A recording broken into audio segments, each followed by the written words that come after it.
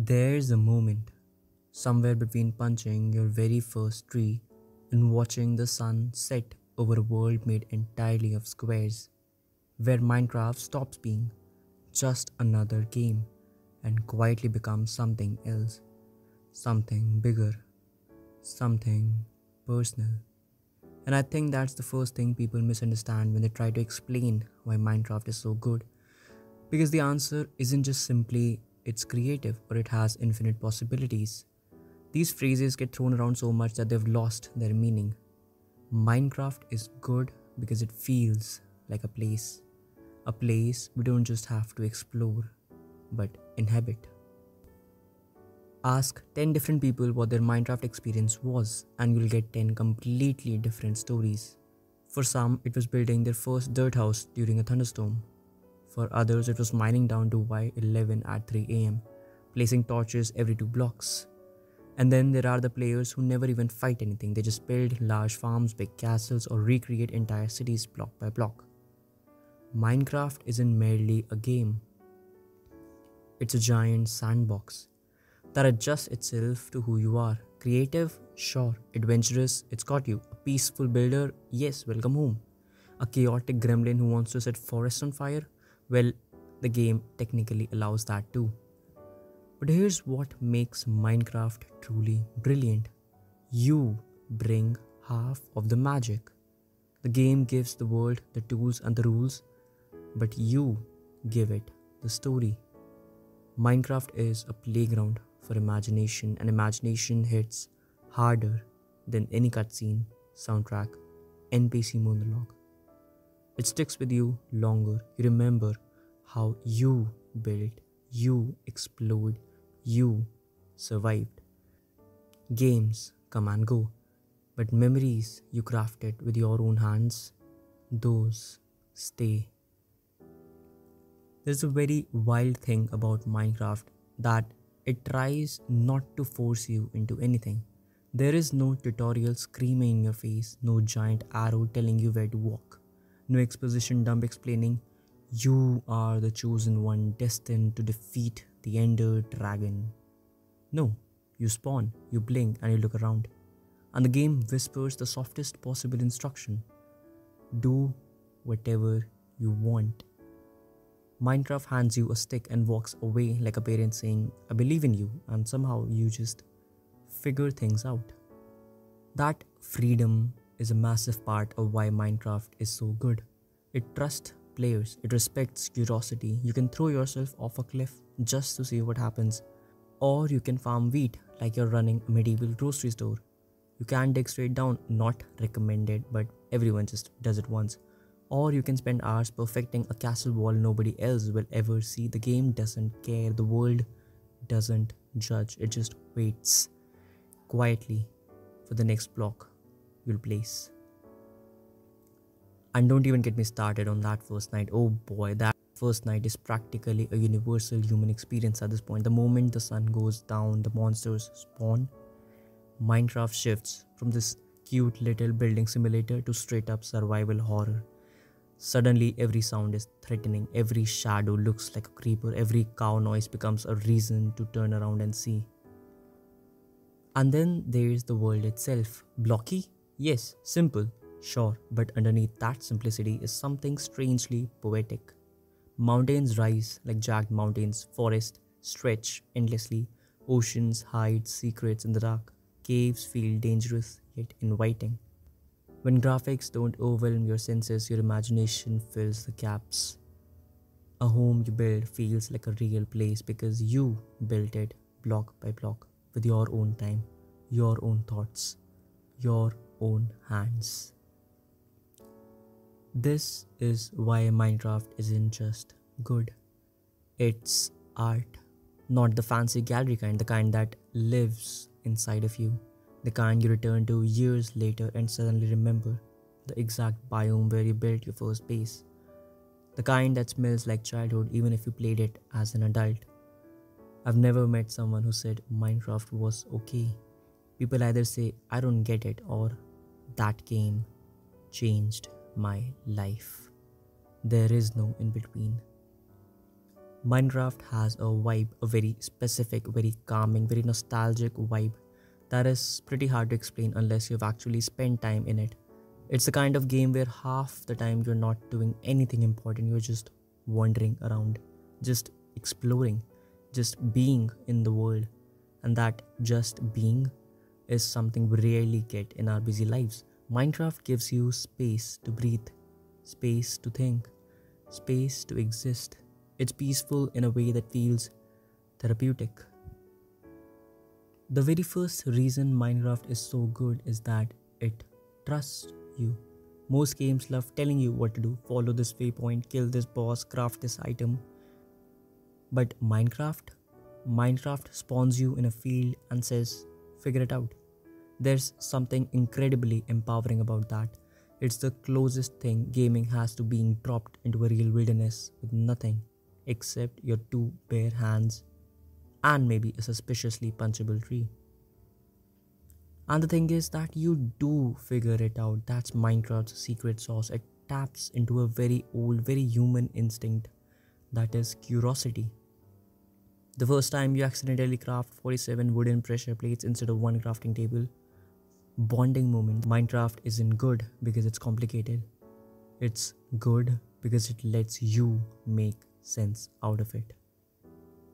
Minecraft adapts to who you are. It doesn't force a playstyle, it mirrors your personality.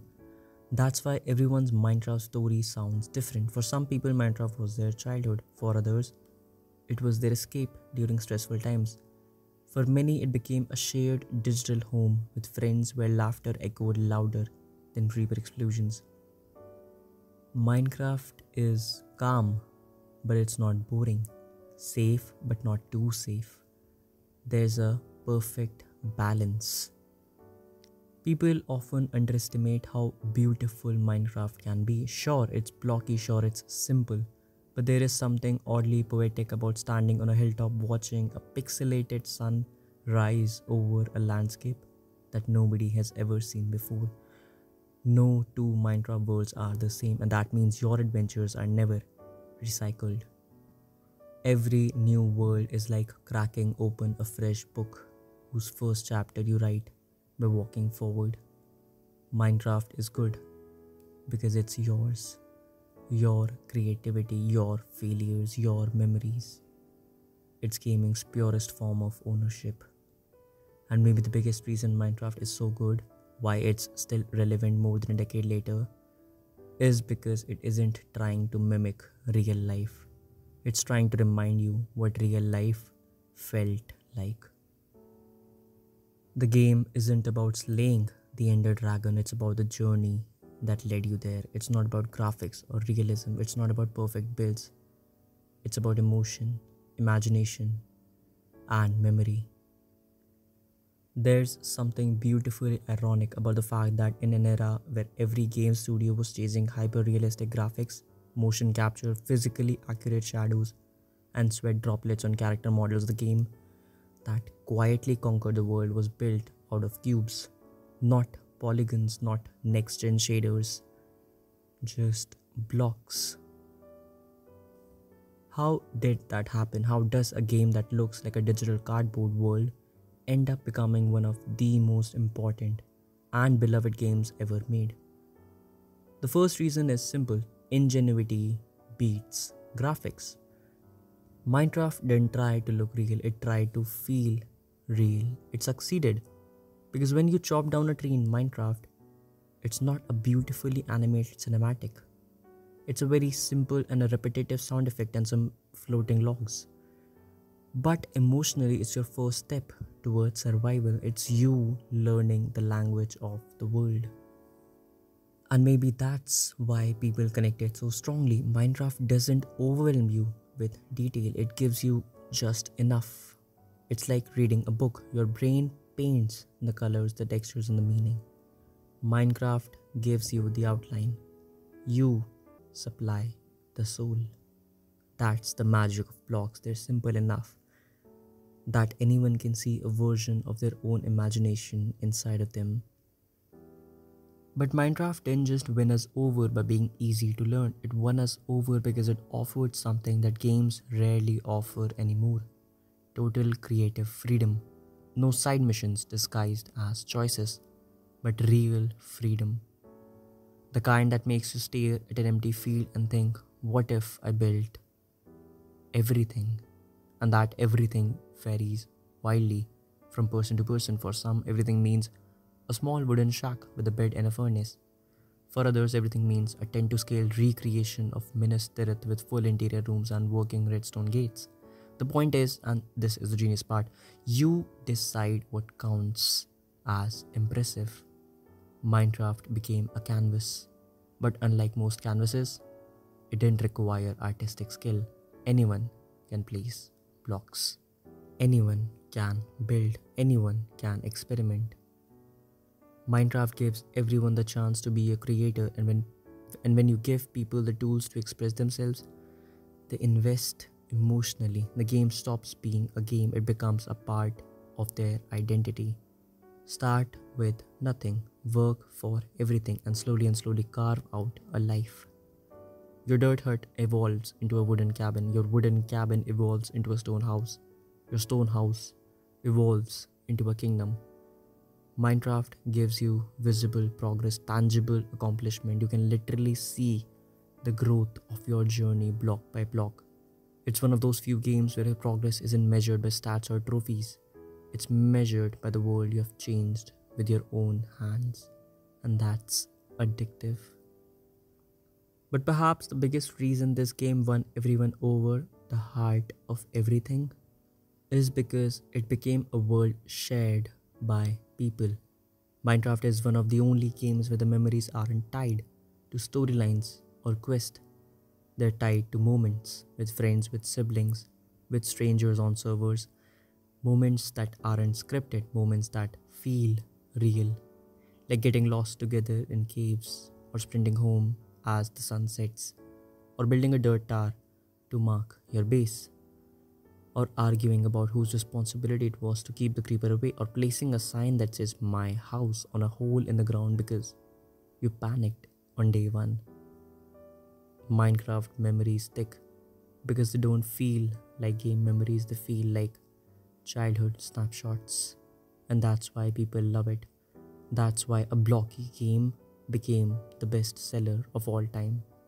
That's why a world made of squares touched millions of hearts. Minecraft isn't a kid's game. Minecraft isn't an adult's game. It's a human game. And the reasons for that go much deeper than blocks look simple. There's a whole philosophy, a whole emotional structure behind why Minecraft feels magical to a child and comforting to an adult at the same time.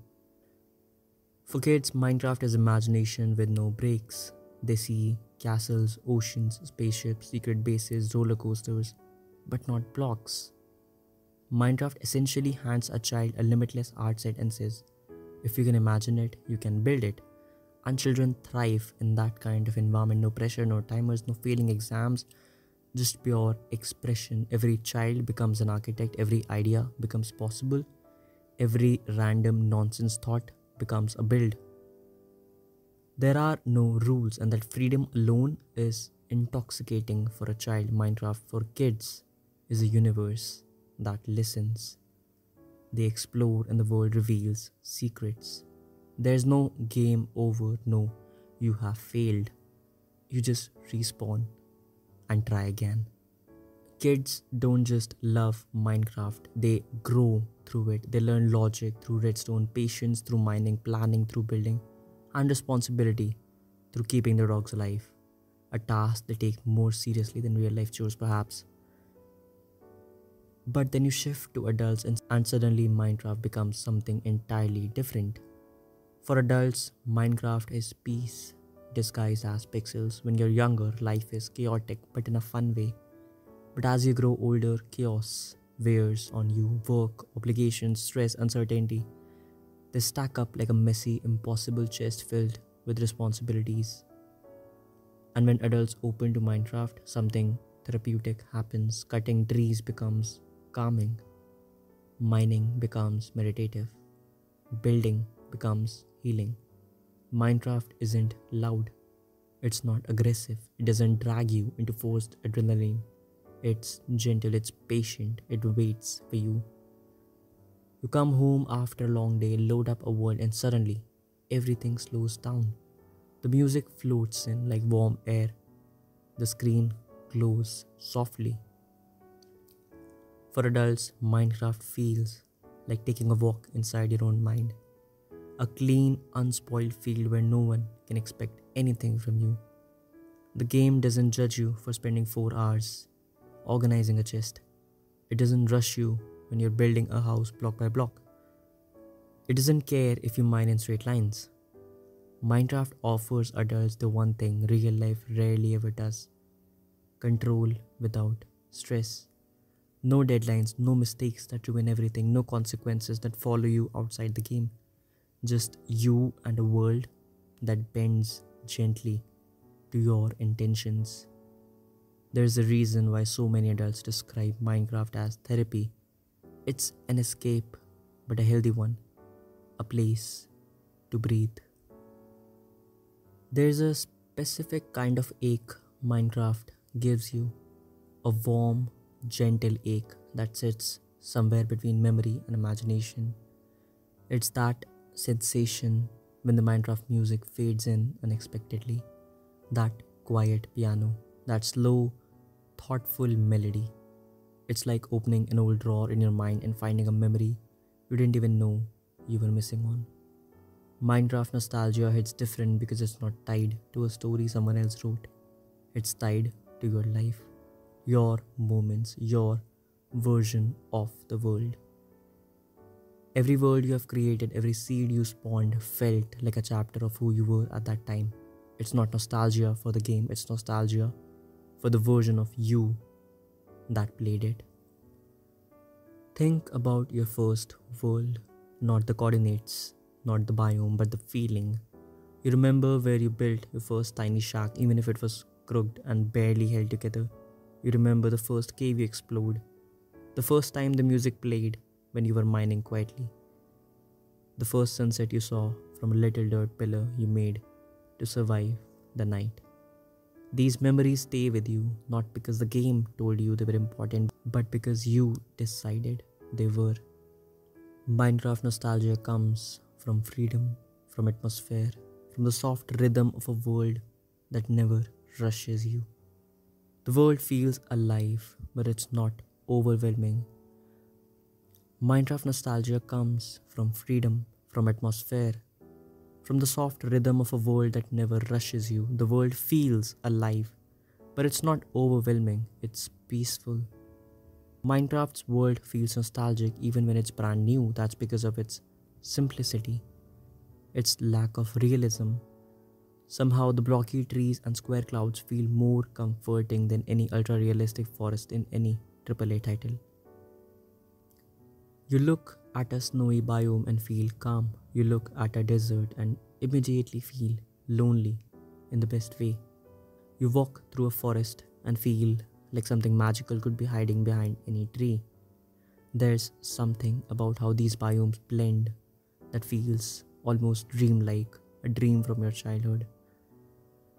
Maybe the reason Minecraft's world feels so nostalgic is because how it behaves like childhood memory.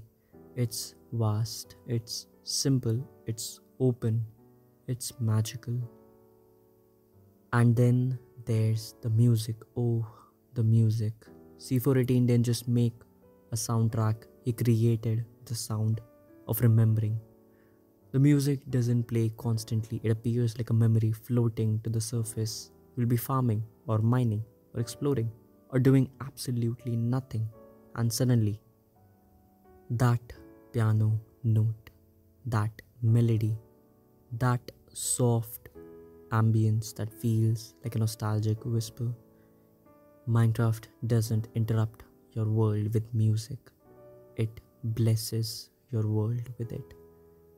And because it fades in and out without pattern, your brain ties the music to whatever moment you were experiencing.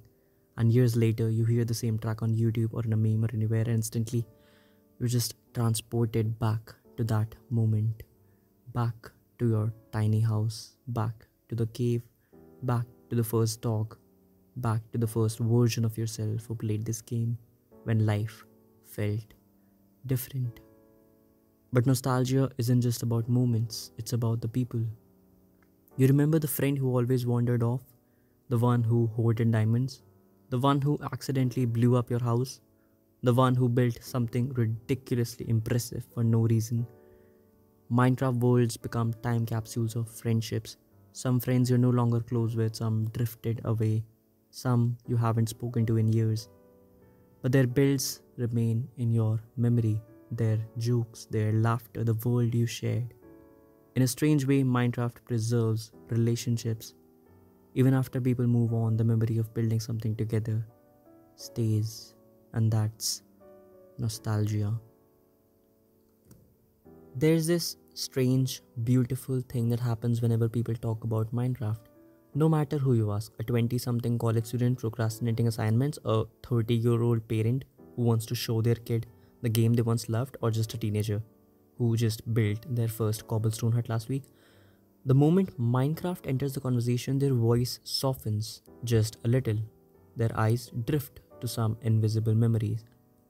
And then they say something like, "You remember that first world? That one world?" Everyone has that world, their first, their greatest, their most chaotic, their most comforting. Minecraft is nostalgic in a way very few games are. Not because everyone played it, but because it quietly inserted itself into a very tender part of our lives. It became a safe place. It became a safe place that existed not on a server but in our timelines, in our childhoods, in our friendships. The world of Minecraft wasn't just a world made of blocks, it was a world made of weekends, summer vacations, winter breaks where you stayed up till 3 a.m. with your cousin mining for diamonds. That moment you heard C480 in Sweden for the first time while the rain tapped your wooden roof. That sunset you watched from a hill you built using dirt because you had no idea how stairs worked. The first time you figured out how to make a bed. The first time you accidentally blew up your friend's house with a creeper and said, "We can fix this." Minecraft wasn't trying to be immersive. It just was. It didn't force you to care, you just did. You cared about the world because you built it with your own hands. You placed every block, you carved every cave, and you shaped every coast. You weren't just playing a game, you were building a memory. And that's why Minecraft's nostalgia is so powerful. It wasn't giving you a pre-made story. And whatever you built in the world became a part of you. When you talk about Minecraft's journey from a little indie block game to a global cultural phenomenon, you can't just talk about the game itself, you have to talk about the people, the creators, the geniuses, the storytellers, the ones who treated Minecraft not just as a game, but as a canvas, a stage, a playground, a childhood, a career, a family. Because the truth is, Minecraft didn't become Minecraft because of Mojang alone. Minecraft became Minecraft because millions of players decided to live inside the game. There's a reason people say Minecraft YouTube raised me, and it's because for so many of us, it did. It was the background noise of our lives, the warm glow of a screen during late night weekends. The laughter we shared with creators we never met but somehow felt so close to. It was the soundtrack of growing up in a digital age. And the magic of Minecraft YouTubers is that they made the game feel alive even when you weren't playing it. And they came in waves, each one shaping the game in a different era. People like Skydoes Minecraft, Yogcast, Stampede, Dan TDM, they weren't just playing Minecraft, they were introducing it to us. They were like the cool seniors showing their new kid, which were us, around the school.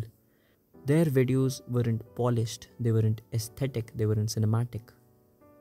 They were real, messy, human, and that raw energy kept the game breathing during the early years.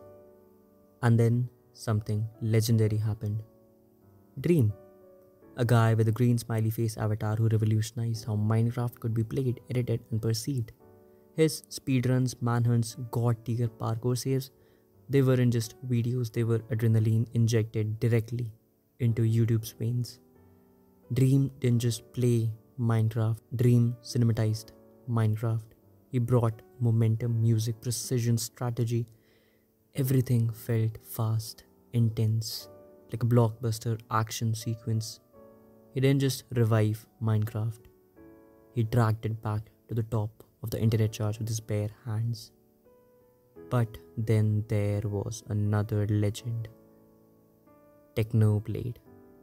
The man, the myth, the potato god. Technoblade didn't edit like Dream. That wasn't his magic. His magic was presence, personality, warmth. A voice that could say the dumbest joke ever and somehow made it sound like Shakespeare. Watching Techno play Minecraft was like watching your funniest friend become a mythological warrior by accident, like watching someone who took just absolutely nothing seriously except one thing. He made the game feel light. He made the game feel safe. He made the game feel like hanging out with a friend. And when he left the world, the entire Minecraft community, literally millions of people mourned together. A gaming community hadn't cried like that in a long, long time. Because Technoblade wasn't just a content creator. He was a memory, a comfort.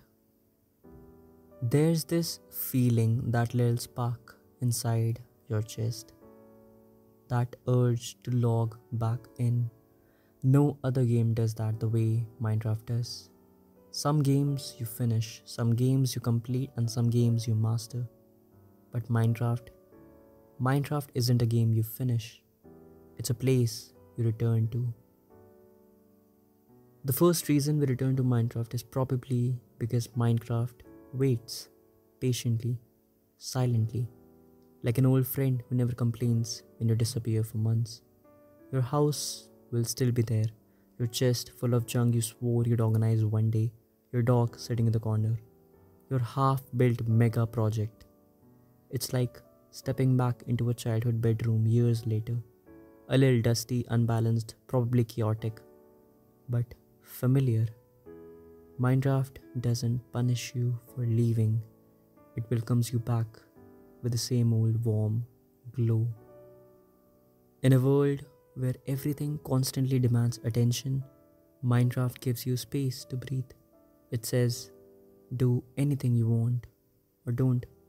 It's okay. And that's rare and therapeutic. Minecraft is probably one of the few games where starting over doesn't feel like losing progress. It feels like opportunity, possibility, a blank sheet of paper. You know that feeling, you create a new world, the loading screen pops up, the landscape appears, and suddenly you want to explore again.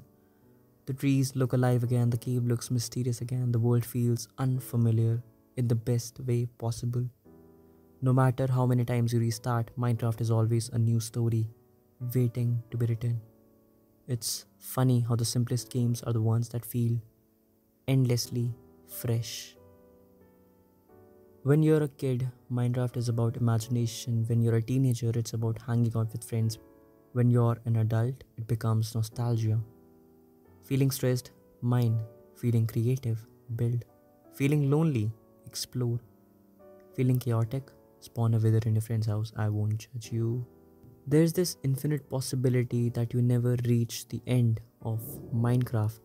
Sure, the game technically has an end, but it also kind of doesn't. Because once you defeat the Ender Dragon, there's always another idea, another biome, another cave, another build, another challenge, another mod, another seed. The best part, you never feel like you've seen everything. Minecraft is a rare game where your imagination is the true limit. And imagination has no credits sequence. The game never tells you that you're done. Maybe the deepest reason we come back is this. Minecraft stays the same even when life doesn't. Life gets complicated, people change, responsibilities appear, but Minecraft is still Minecraft. Minecraft feels like home. And maybe that's why Minecraft matters so much.